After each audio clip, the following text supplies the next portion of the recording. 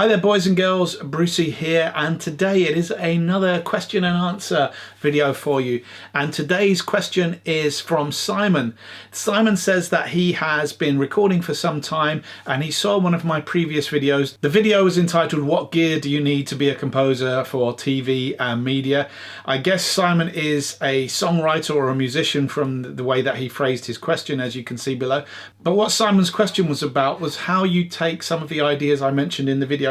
I'm guessing particularly in relation to maybe using a field recorder or any recording device or microphone and taking those sounds and manipulating them in the digital world. So creating new sounds, new instruments from recordings. And again, like I said, this is probably my favorite topic, so I'm very happy to be doing this video.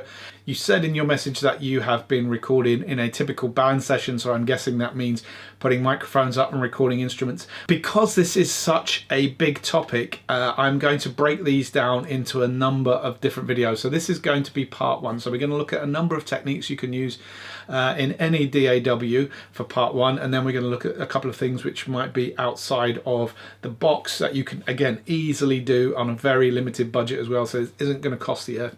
But the most important thing about this is you're creating your own sounds. These are your sounds, no one else will have these sounds. So you don't need to go out and buy lots of expensive virtual instruments or sample libraries. You can make your own. They will be unique. Each sound will have a little story attached to it as well that you can tell people who listen to your music or people who think, oh, that's a really cool sound. These will make completely new, unique sounds for you. And once you get started in this process, you can't stop. I'm pretty sure about that. So the first stage of this is capturing some sound. So like I said today, we're going to just try and manipulate three different types of sound. I'm going to play a kind of strummed chord, which I might envisage will become some form of pad sound. I'm then going to play a single note, so just a single note on the instrument that we're just going to manipulate and maybe arpeggiate and see how that goes. And then finally, I'm going to also just create a hit type sound, so you could use that for percussion. All of these sounds will also be recorded from this. I'm just going to use my guitar to record all of them. So we're going to record a chordy thing, we're going to record a note, and then I'm going to hit it to produce some form of rhythmic element. So keeping it very simple today. I'm also going to be just miking up my Fender Blues Junior with an SM57 rather than using this because it's already connected. But again, you could just record any sound source using a field recorder like this. So let's jump over to the computer and see what this is all about. We are at the guitar. What you'll also notice is I've got Logic running here. And with Logic, I'm going to just record a few sound samples.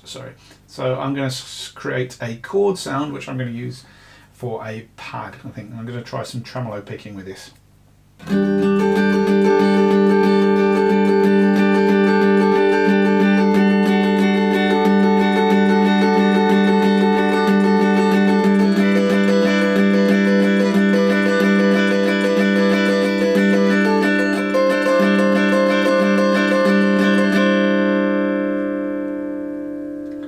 We'll see what that sounds like.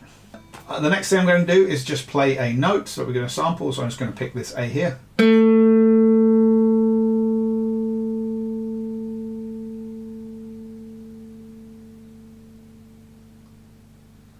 The important thing there is to let the tail of the note fade out as well, so you get the whole tail as you heard there. It can take quite a bit of a time, it's quite surprising.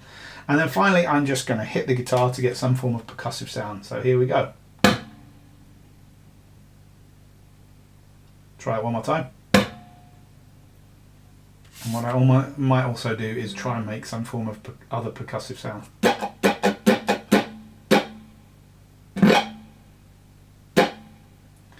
So there we go, we've got a couple of little sounds, and now we're going to jump in and try and manipulate them and see how we get on.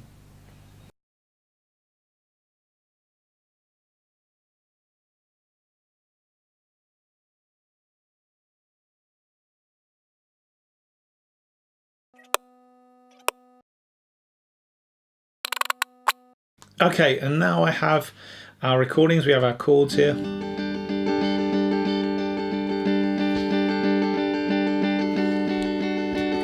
The first thing I might do with that is let's add it. I've just pre-picked these effects. I'm going to add some phaser on it. Quite nice. Where the fun starts happening, let me just trim that in a little bit more, is I might just time stretch this. Let's see what happens there.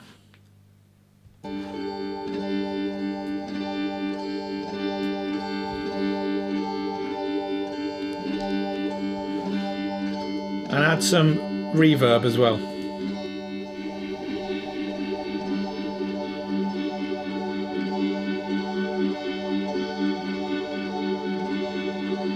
And now some pitch shifting. So with the pitch shifter, I've blended in an octave below with a mixer about 35%.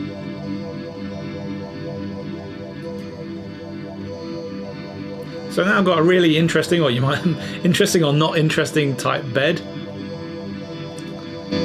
I'll just put a bit of compression on there, quite heavy compression, heavy ratio.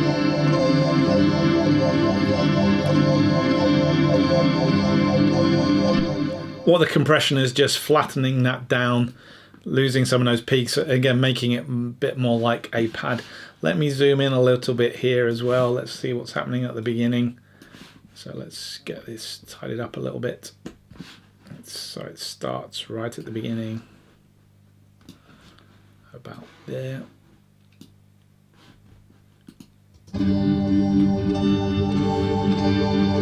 Of course, then you could EQ to taste.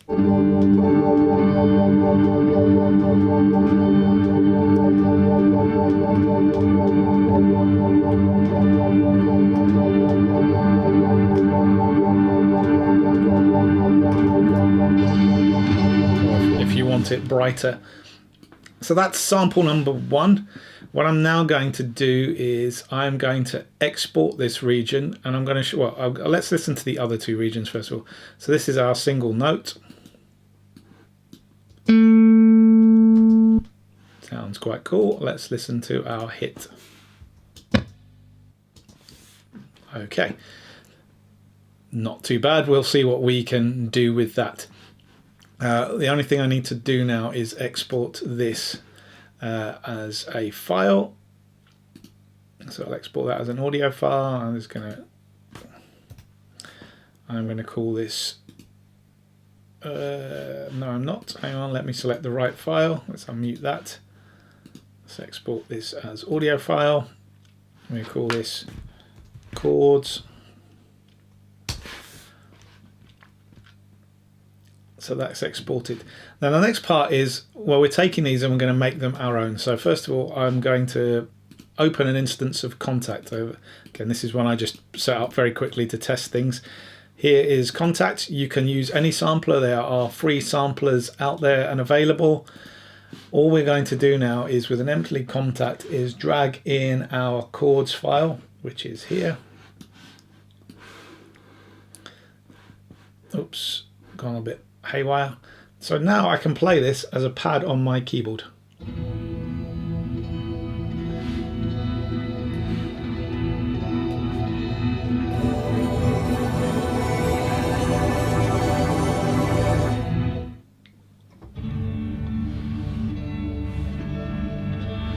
Sounding quite cool, and again might add some effects.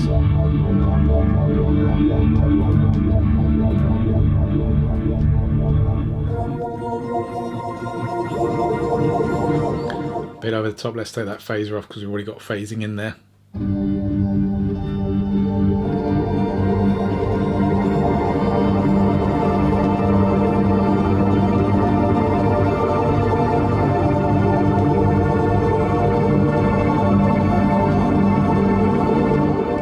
Very interesting pad sound.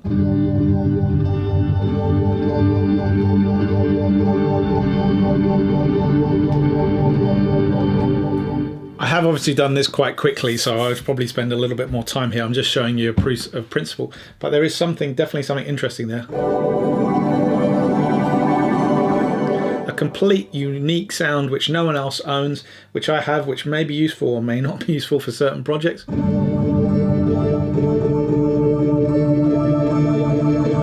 But we then have a whole collection. You know, we've got as many plugins as you've got, and there are so many free plugins as well that you don't think you have to have a whole bunch of plugins.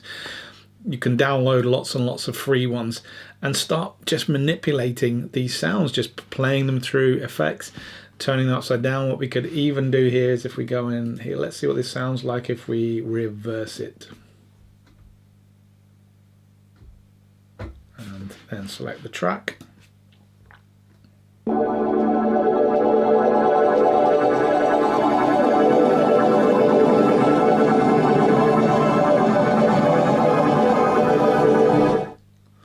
Sounds pretty cool. Actually sounds a lot better in reverse.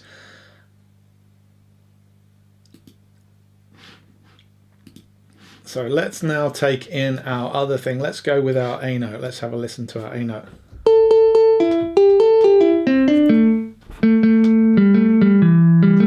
That sounds pretty good. I'm quite pleased with that. Just a single note from a guitar. Okay, I'll put some distortion on there. Let's take the distortion. Very playable instrument.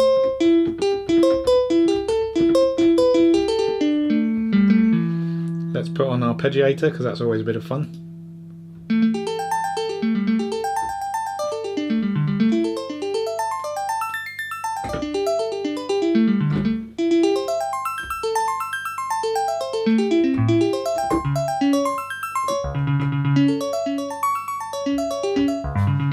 Again, let's add a couple of effects.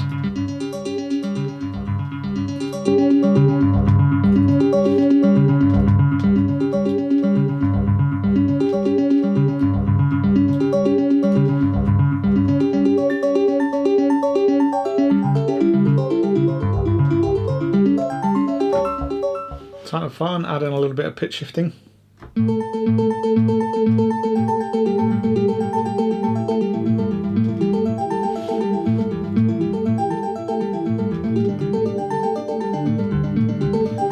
Something happening there already. Now let's take in, finally, I'm just going to mute this off while I bring in the hit.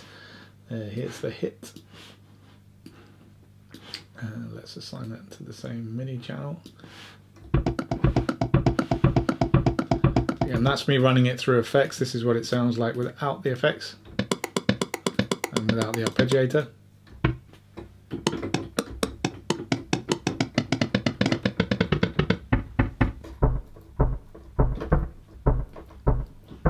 Put it for an effect.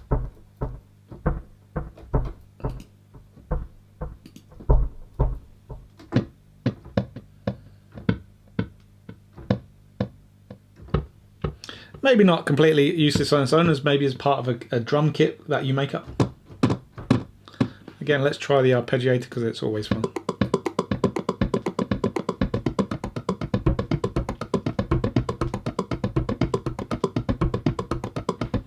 So what I'm going to do now is actually bring in this as well and see what happens, the note.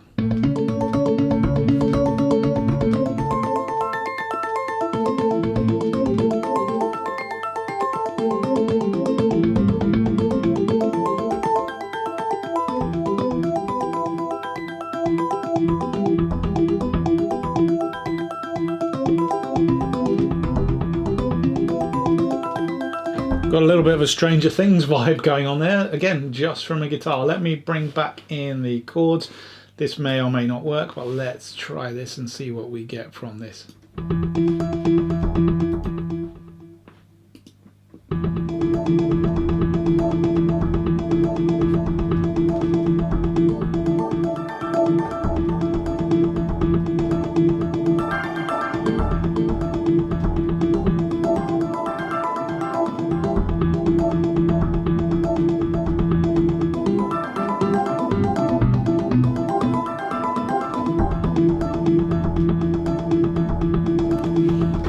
So there you have it. I could go on all day, and I probably will. As I said, there are some more videos going to come up talking about sampling. You don't necessarily, again, need to have a sampler such as Contact. There are free samplers available. Your DAW, depending on which one you have, probably has, all the major ones have a built-in sampler. All we're doing here is just trigger one note as an instrument. As you can hear, a simple guitar note sounds really cool. Play back, pitch back, and then adding some of the effects. you create new instruments, and they can be wild and wacky and ambient textures, or they could just be something which is a different playable instrument for you to use. More of this will follow soon. As I've said before, we're just scratching the surface here. Welcome back. I hope you found that useful. If you did enjoy this video, please do subscribe to my channel, because there are going to be a lot more videos on this topic coming on further down the line. Also, if you do like my videos, please do hit the like button. It means a lot to me. And also, please do check out some of the other videos on my channel. If you do have a question related to this video or any of the videos, please do drop me a message in the comment section below, or send me an email, or get in contact in another way. I'll be gladly happy to answer your questions. I've been Brucie, and I will catch you later.